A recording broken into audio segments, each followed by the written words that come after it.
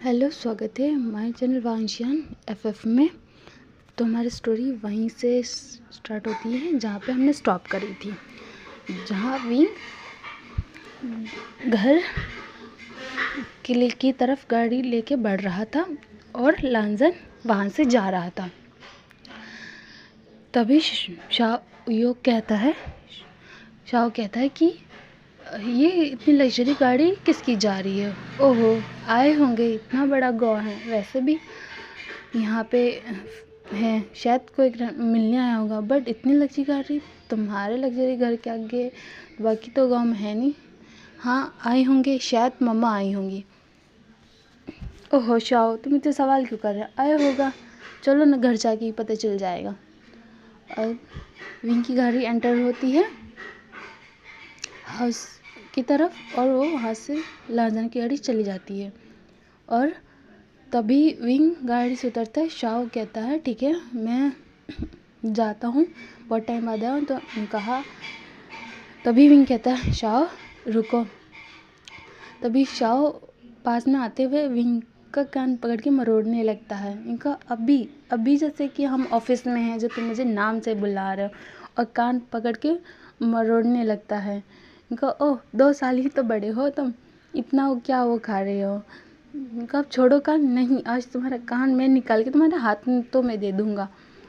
ओहो शाओ, देखो मैं तुम्हारी सैलरी कट कर लूँगा। अच्छा, तुम होते कौन हो सैलरी कट करने वाली? कंपनी, ऑफ कोर्स तुम कंपनी को हैंडल करते हो, पर अभी तुम सीईओ बने नहीं हो जो तुम ऐसा कर रहे हो, और मैं तुम्हारी मॉम से शिकायत कर दूंगा। ओ शाओ, हम तो एक ही उसमें पढ़े हैं, उसके बावजूद भी तुम ऐसा रोब झाड़ते हो ऑफिस टाइम ख़त्म होने के बाद में। हाँ देखो नाम से बुलाते रहता है, और वो शाओ नाम है मेरा। वाह वाह बोलता रहता। अब के लिए बोला ना तूने मुझे पाओ पाओ, तो मैं तुम्हारा कान निकल के दूसरे हाथ में दे दूंगा। अच्छा, फिर छोड़ देता है शाओ। अच्छा, क्या कह रहे थे तुम? अरे अभी इतनी ड्राइव करके आया, मैं कह रहा था जैंग चेंग की एंगेजमेंट तक तुम यहीं रह जाओ। उनका एंगेजमेंट तक नहीं, पर आज अभी यहीं रह जाता हूँ मैं। और ठीक है, बिकॉज इसलिए बात मानना है क्योंकि तुम बॉस भी तो हैं। चले बॉस अंदर। तो विंग कहता है अभी देखो बॉस बोल रहा है, मेरा हाथ पकड़ के देखो, तुम्हारी शरीर कट कर लूँगा। शान, हाँ काट लेना। और अंदर जाता है और फ़ोन मिलाने लगता है। तभी न्यू सेंग कहता है कि किसको फ़ोन मिला रहे हो? उनका ग्रैंड मदर को। बट हम तो घर के सामने खड़े हैं ना, तो फिर क्यों मिला रहे हैं? अरे रुको, अभी देखना, सरप्राइज़ दूंगा मैं। अब फ़ोन बजता है, फ़ोन बज रहा होता है। तभी कान से सनक कहते, अरे कोई सुन रहा है कि फ़ोन बज रहा है, उठा लो। तभी जिंगलिंग कहता, अरे ग्रैंड मदर आप वहीं सोफे पे बैठी, उठा लीजिए ना। यहाँ क्या कर रहा था तुम? फ़ोन उठा, किसका है? उठा। फ़ोन लाइन पर फ़ोन उठाता, कहता हेलो। तभी जिंगी, तुम ब्रदर आप कहाँ हैं? आप कब आएंगे? आप वहाँ से आना, मेरे लिए चॉकलेट और खिलौने भी लेके आना, और वो लिमिटेड एडिशन का वो जो गेम्स हैं और कार्ड्स वो भी लेके आना। तभी कहना, ओहो लालची बच्चे, सांस तो ले ले, एकदम सब बोल रहा है। क्या मदर आ गई हैं इनका? हाँ वे आ गई हैं, मदर हैं, ग्रैंड मदर भी हैं। अब और तुम अपने बाप के घर क्यों नहीं हो? तो मेरे घर क्यों? वो मेरा भी घर है, अब ऐसे क्यों कह रहे हैं? तभी कान से उठते कहती है, ओहो फ़ोन से ही चिपक गया है। किसका फ़ोन है? विंग ब्रदर का वो फ़ोन है। वो तुम्हारा ब्रदर नहीं है, वो तुम्हारे अंकल हैं। तुम उन्हें अंकल क्यों नहीं कहते? इतने प्रेटी पर्सन को कौन अंकल कहेगा? और वो भाग जाता है। तो वो पहुंचता है किचन में और याली से कहता है, मामा विंग ब्रदर का फ़ोन आया है और वो मुझे बात नहीं करने दे रही। उनका तुम्हें क्या बात करनी थी? मुझे उन्हें कहना था कि मेरे लिए लिमिटेड एडिशंस के गेम्स और कार्ड्स लेके आवेंगे। तो तुम कितना गेम खेलते हो? और उसका चिक्स पकड़ के खींच लेती है। इनका अच्छा जाओ, तुम नहीं भी खाओगे तभी वो ले आएगा। और जिंगलिंग चला जाता है वापस से। तभी बॉस सरन कहती हैं कि ये कहाँ चली गई बिजी हो के, यहाँ मेरे से खाना बनाने का वो कर रही थी, अब ये कहाँ चली गई। इनका ग्रैंड मदर वो फ़ोन पे बात कर रही हैं वी वुजान से। इनका अच्छा वो बच्चा जो था मैंने देखा नहीं है और मैंने तुम्हारी फैमिली फ़ोटो में भी नहीं देखा, लेकिन हाँ जब हमने फैमिली फ़ोटो खिंचवाई थी तो वहाँ से यहाँ चला गया था, पर फ़ोटो एल्बम में उसकी फ़ोटो है। हम ये ख़त्म करने के बाद मैं आपको फ़ोटो एल्बम दिखाऊंगी। क्या वो जैंग चैंग की इंगेजमेंट में नहीं आएगा? इनका वो पता नहीं आएगा नहीं आएगा, बहुत मूडी है, अपने मन के हिसाब से चलता है। इनका तभी इतना शैतान है, अपनी ही मदर पे ही गया है। कहाँ पर ग्रैंड मदर तो पे नहीं गया, वे तो हाँ सुनती है, हमेशा सब पे रौब झाड़ती रहती हैं। तो यानी हंसते कहती हैं आपने वैसे तो सही कहा, वो किसी की भी नहीं सुनती है, वो थोड़ी ओल्ड हो चुकी हैं। तभी बॉस सरन कहती हैं उसका गल खींचते हुए, अच्छा तुमने मेरी फ्रेंड को बुढ़ी का, रुक जा तो बुढ़ी होगी। यानी कहती हैं अब अभी तो उनकी बुराई कर रही थी और करें, हाँ सिर्फ मैं कह सकती हूँ। तो यानी कहती है अच्छा मैं देख के आती हूँ। कहा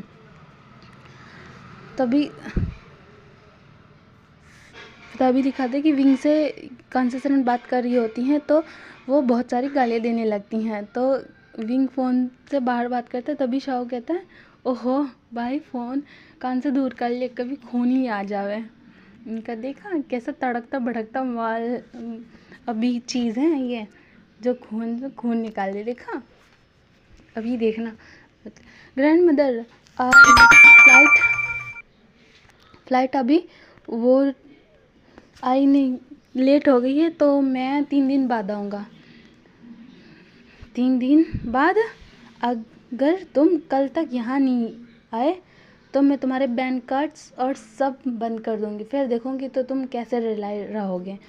ओहो ग्रैंड मदर आप भूल चुकी है, मैं इंडिपेंडेंट हूँ, इंडिपेंडेंट के बच्चे, मैं तुम्हारे सारे कार्ड्स बंद कर दूँगी और तुम कैसे कमाओगे। और तुम्हारी जो पेंटिंग का एग्जीबिशंस है और उससे भी की भी इन्वेस्टमेंट मैं कंपनी से रोक दूँगी। ओहो ग्रैंड मदर आप ऐसा करेंगी? अब तो मेरी प्यारी ग्रैंड मदर है ना। और ये बात करते करते वो गेट तक आ जाता है और तभी यानी कहती है, तभी इनकी इशारा करता है चुप रहने का। और अच्छा ग्रैंड मदर आप कर देंगी तो ठीक है, मैं यहाँ किसी और गर्लफ्रेंड को पटा लूँगा। हाँ तुमसे कोई पटेगी भी, अभी गर्लफ्रेंड पटा लूँगा, मैंने भी तेरे पे बहुत एहसान कर रखा है। ओहो अब ग्रैंड मदर, मैंने सोचा था अपनी प्यारी गर्लफ्रेंड से मैं बात करूँगा और वो मान जाएंगी, कोई नहीं मैं अपनी प्यारी गर्लफ्रेंड से कर लूँगा, हाँ तो मैं नहीं इन्वेस्टमेंट करूँगी।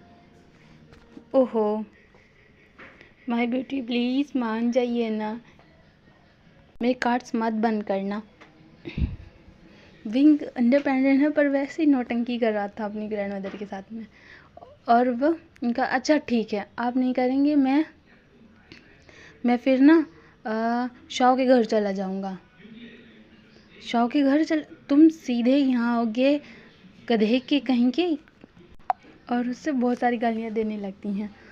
ओहो ग्रैंड मदर, और पीछे से आके भी उन्हें हक कर लेता है और ग्रैंड मदर तभी कंसर्न सक पका जाती हैं और पीछे मुड़ते हैं और देखती अच्छा तुम आ गए हो और तब भी तुम मुझसे मज़ा। ग्रैंड मदर सरप्राइज के बच्चे तुम झूठ बोले, रुको मैंने कहा कि तुमने झूठ बोला, और उसे मारने लगती हैं। कहा और अरे ग्रैंड मदर मार क्यों रही हैं, अभी तो आपने कहा था कि घर वापस आ जाएंगे तो मैं आपका वापस आ जाएंगी तो आप मुझे कुछ खाने पीने को अच्छे से खिलाएंगे। वैसे क्या बना रही थी, आपके हाथ में आटा लगा है, कुछ अच्छा बना रही, क्या लड्डू बना रही हैं? लड्डू नहीं, मैं तुम्हारी पिटाई लगाऊंगी। और उसे मारने लगती हैं और विंग भागने लगता है, शीचान के पीछे भागता है और तो वो मारती हैं तो वो शीचान को मुक्का लग जाता है। शीचान कहता इतनी उम्र में भी ऐसा लगता है। जैंग कहता ओह ज़ोर से लगी, इनका बहुत ज़ोर से लगी, इनका ये कौन है, इनका यही तो है, इनका अच्छा देखा तो था, पर इतने टाइम बाद देख रहे हैं। तो वो क्योंकि कन्वर्सेशन फिर स्टॉप हो जाती है और विंग की तरफ जाते हैं। और तभी इतना शोर शराबा सुन के बाउसा सरन भी बाहर आ जाती हैं। बाउसा सरन कहती है कहाँ रहेगा, देखा कि कंसा सरन एक प्रिटी से बॉय के पीछे भाग रही होती हैं। और वो ओह अब कौन है, ग्रैंड मदर प्लीज़ प्रिंसिपल ने बचाइए। तभी वो कांसा सरन को बाउसा सरन रोकती हैं।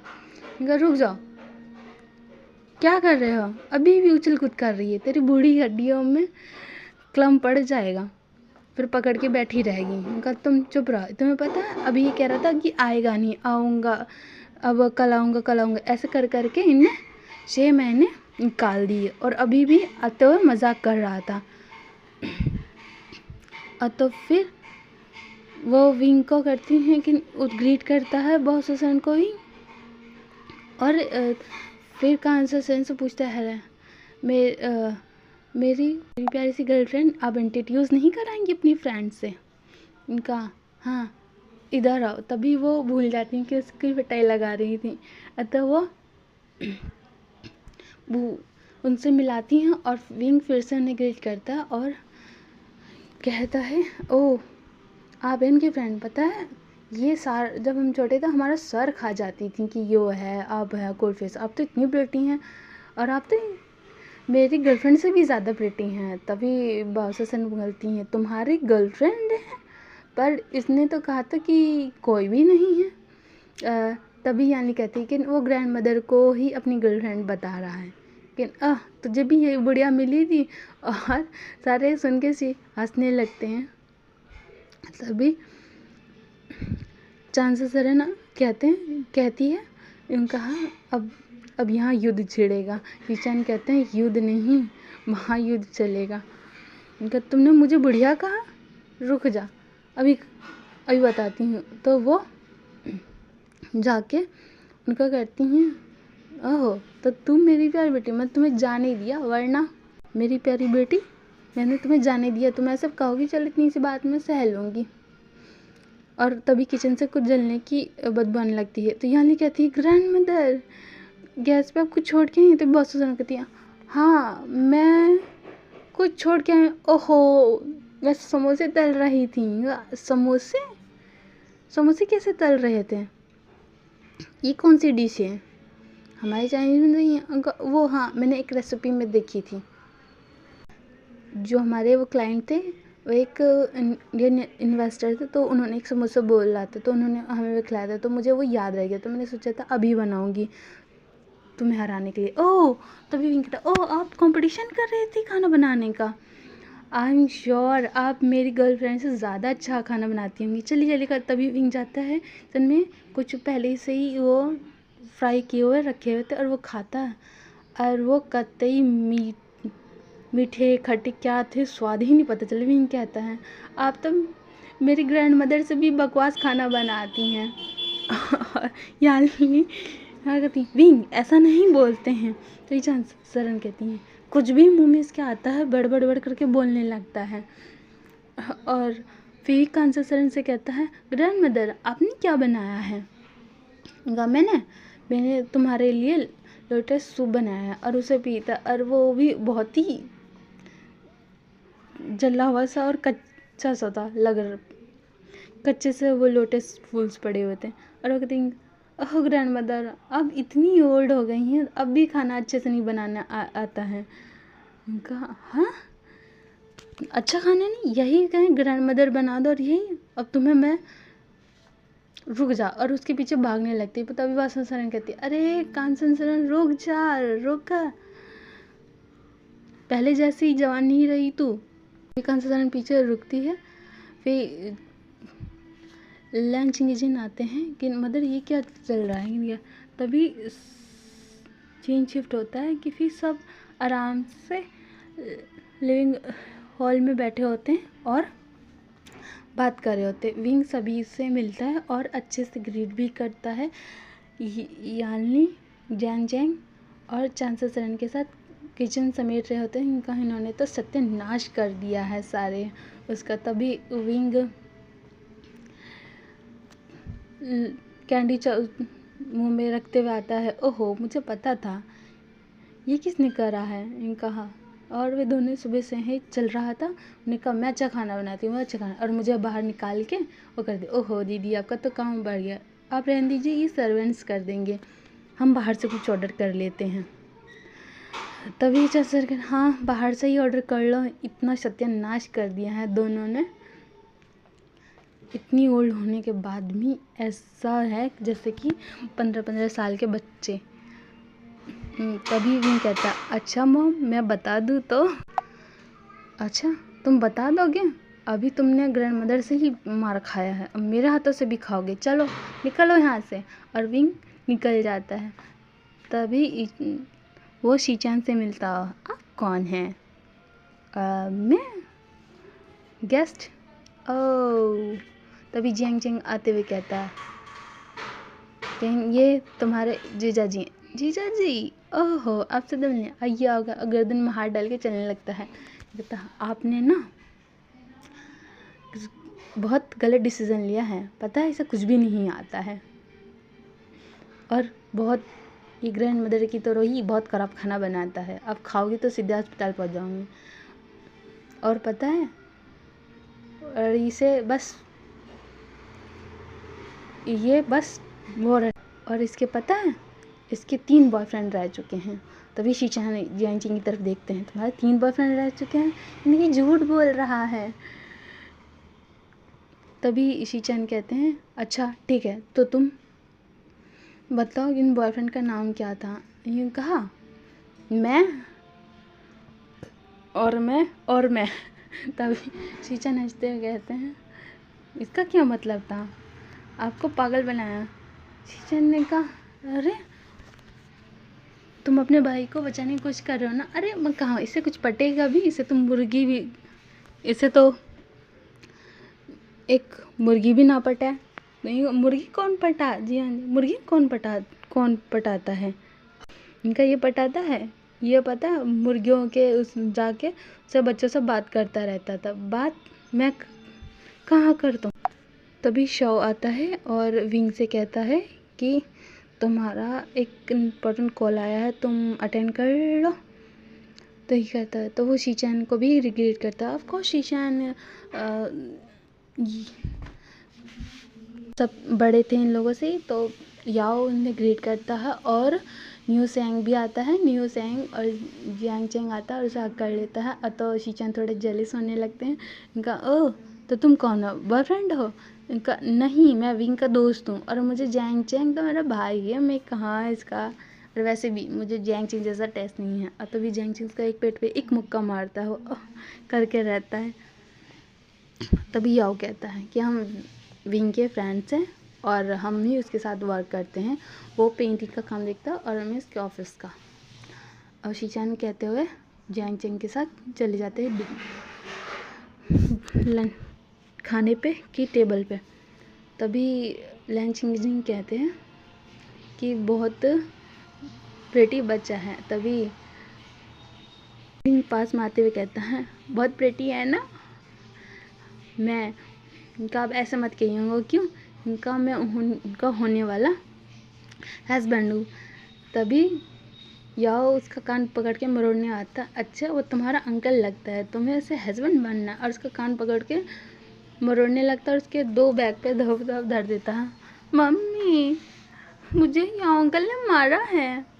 उनका तो तुमने ज़रूर बदमाशी करी होगी इसलिए मारा है, इसे तो और लगाओ। बहुत परेशान करके रखता है। और तभी न्यू सैंग भी आता है। न्यू सैंग भी कहता है ओहो जिंगलिंग क्या हुआ, लो चॉकलेट, और उसे चॉकलेट देता है और उसके 2 बैग पे और मारता है। ये न्यू अंकल आपने क्यों मारा है? हाँ तुम मेरे प्रेटी पर्सन को हस्बैंड बनने वाले थे, अभी बनाता तो उसको और एक मारता है। और फिर जिंगलिंग वहाँ से चॉकलेट लेके और चले जाता है। उनका मैं अब यहाँ ना ब्रदर को बता दूंगा और वे आपको घर से बाहर निकाल देंगे। अच्छा घर से बाहर निकालेंगे? और जियांग चेंग कहता अगर छोटा सा है सारा चटर धमाका करता रहता है सारी जगह। सब वहाँ खाना खाते हैं, वो शिफ्ट होके